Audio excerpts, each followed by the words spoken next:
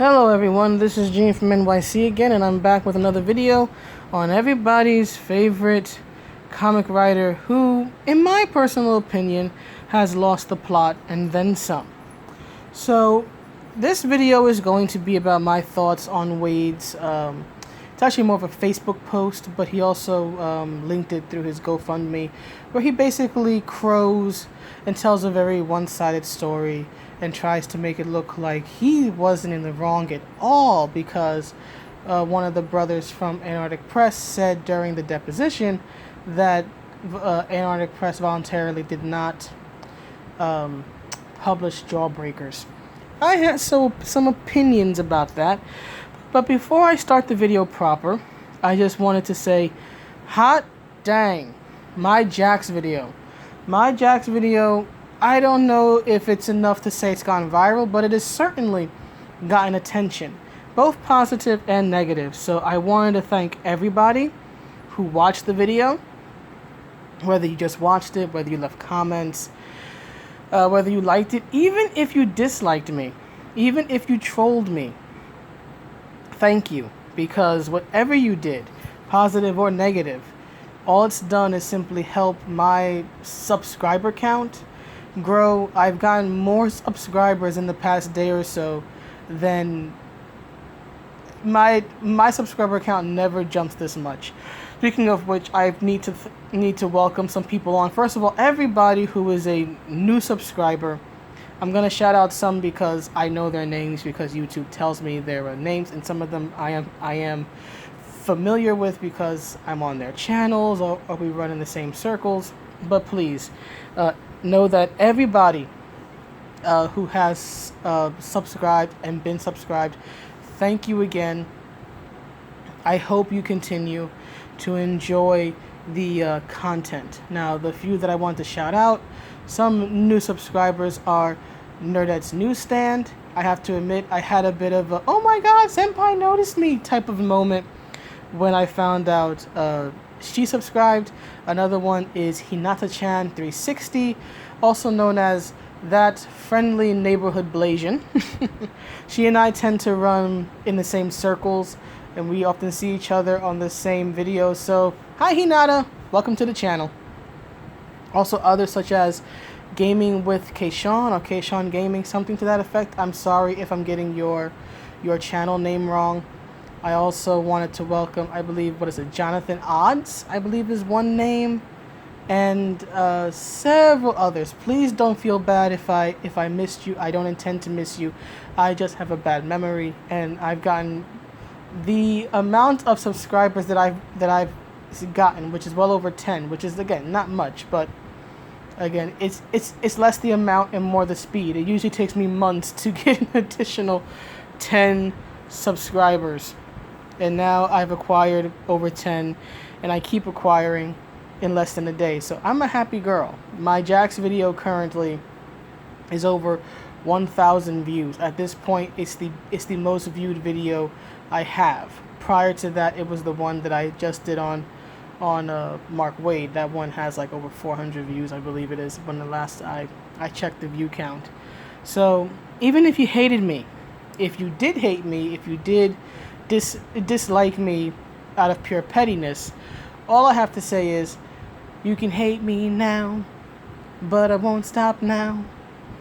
And more importantly, thank you for the engagement, and you played yourself. Because guess what? All it's done, all your hatred and pettiness has done, and I've received some pretty petty and salty comments on the video. All that's done is just, again, help fuel my channel and get my video seen. So again, thank you. I thank you all, even those who dislike me. Now anyway, on to the point of the video. I spent damn near 5 minutes on Jax, time to talk about something else. So on to the point of the video, which is Mark Waid. Now, if you may not know, there has been an update of sorts with Mark Waid. Mark, on his GoFundMe page and on his Facebook page, is crowing, is basically, trying to claim victory, saying that DNC has no case, that he's just a fame chaser, and all this other stuff because Apparently, one of the Dunn brothers from Antarctic Press said under oath during the deposition that Antarctic Press voluntarily decided to not publish Jawbreakers. Here's my view of it.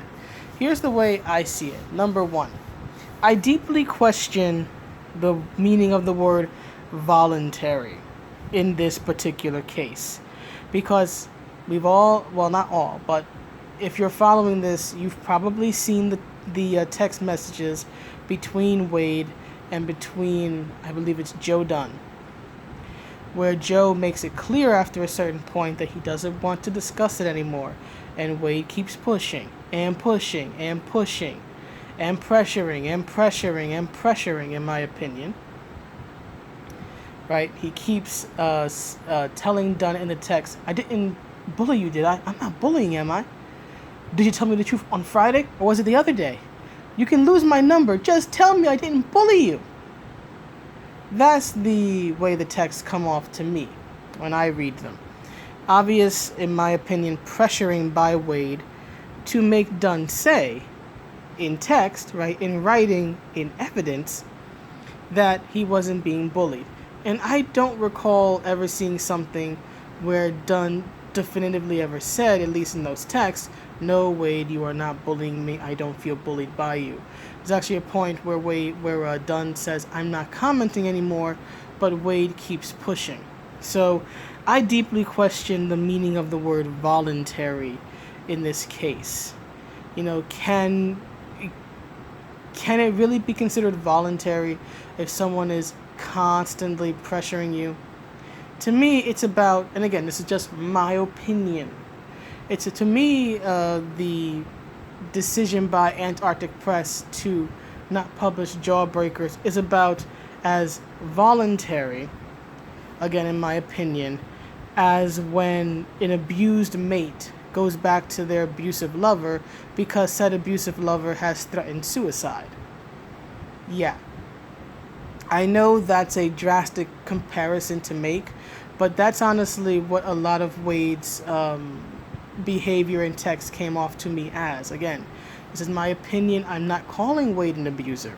I want to make that clear. I'm not calling him an abuser. I'm not saying that he's abused anybody. What I am saying is that, from my perspective, his behavior is troubling and does resemble, in some ways, the behavior of an abusive person, especially the emotional manipulation that abusers will use to keep the abusee in line. So again, just as it's very questionably voluntary if somebody in a toxic relationship, in an abusive relationship, heads back home because the abuser says, if you don't come back, I'll kill myself, I think that voluntary in this particular case is a bit suspect in this. I don't exactly view a comic writer constantly via text pressuring somebody for a certain response and for a certain action to necessarily be voluntary. Not in the truest sense. But then again, that's just me, that's just my opinion, and to reiterate again, I'm not saying Waid's an abuser. I'm just saying some of his actions remind me of actions taken by an abuser. There is a difference. Not calling him one, just saying some of his actions remind me of that.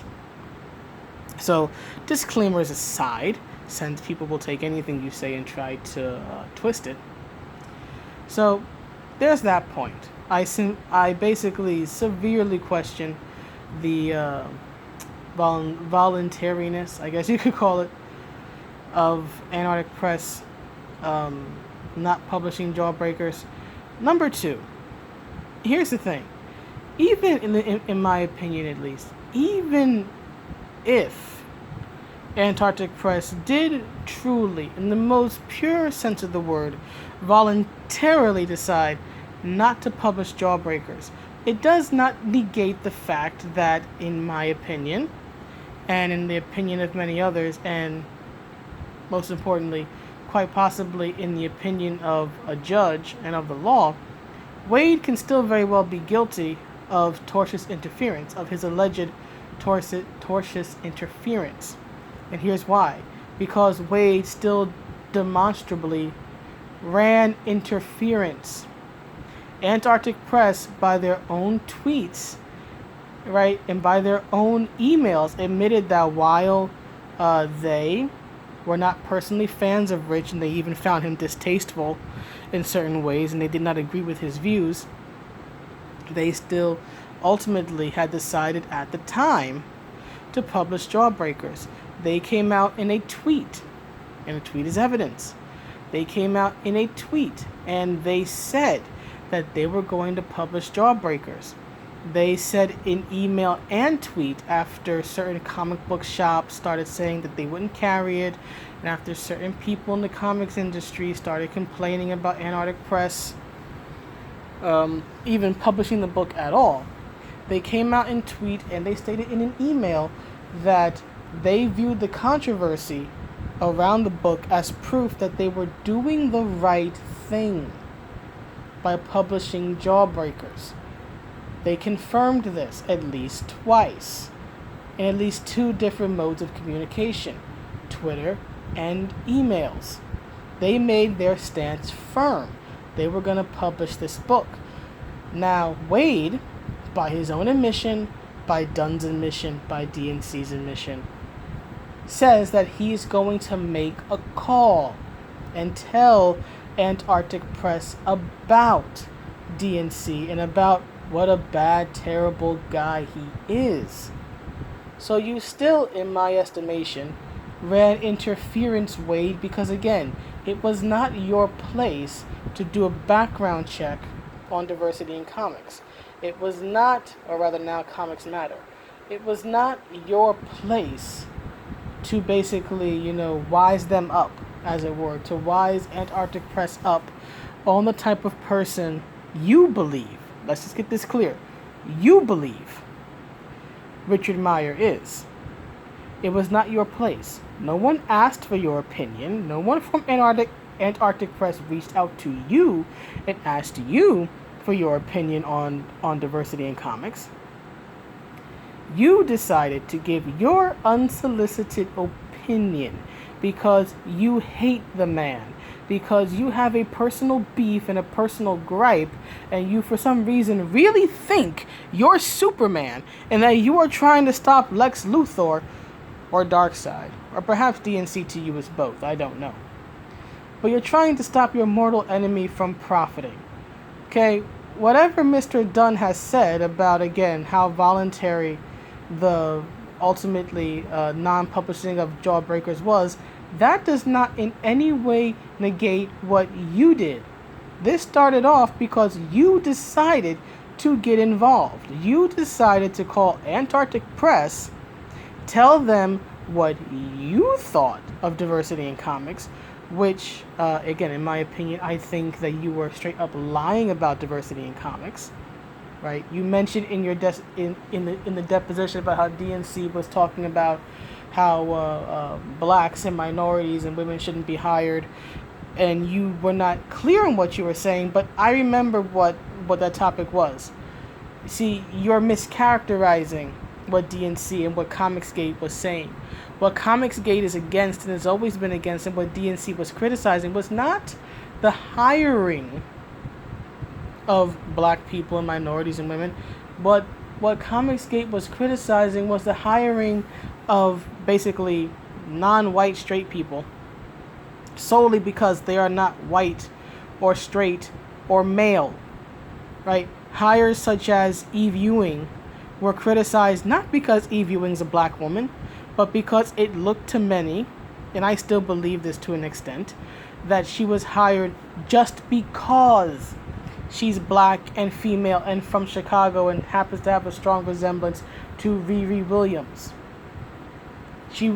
The belief among Comicsgate when she was first mentioned, especially given that Eve had no prior comics knowledge about this, had no prior work in comics, I should say.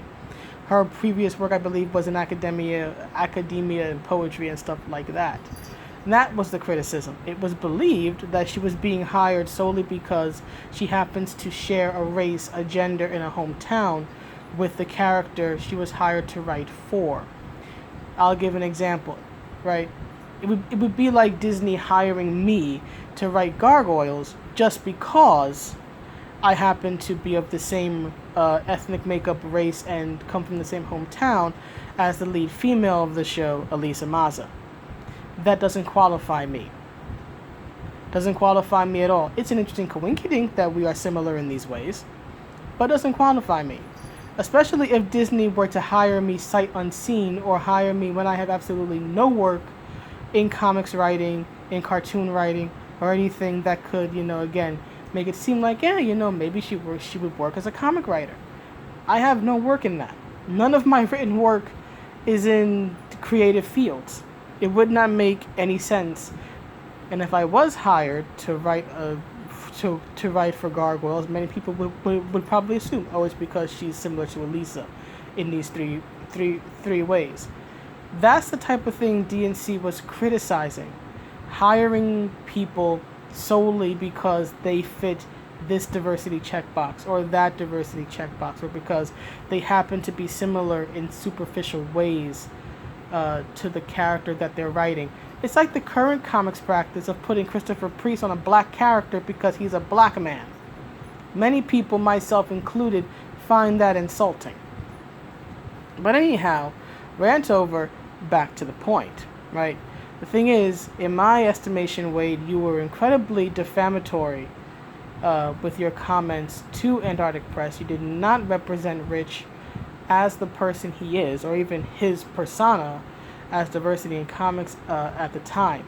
You gave them your incredibly biased opinion, and Antarctic Press ultimately, voluntarily, decided not to publish Jawbreakers based at least in part on your incredibly biased opinion. So perhaps their not publishing the book was voluntary, but it certainly was not done without your bias and your influence.